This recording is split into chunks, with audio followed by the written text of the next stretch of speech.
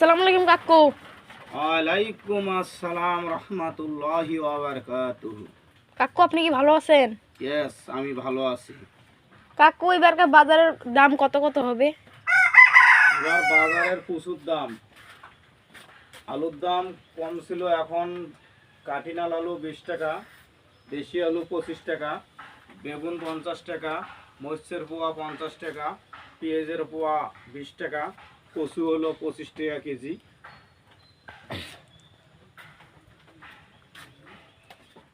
কাকু আদা কত করি? আদা কেজি 250 টাকা, আর রসুন? রসুন 80 টাকা, ময়দা কত? ময়দা এখন 46 টাকা কেজি, 45 টাকা পাইকারি ধরে। এবং এই যে সরিষার তেল? সরষের তেল 220 টাকা কেজি, সয়াবিন তেল 160 টাকা, খোলা লবণ কত করি?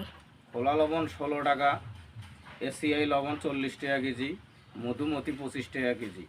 যেখানে আমি 5 ফ্রি রেটেই মাল দেই, আপনারা আসলেই পাবেন সব কিছু।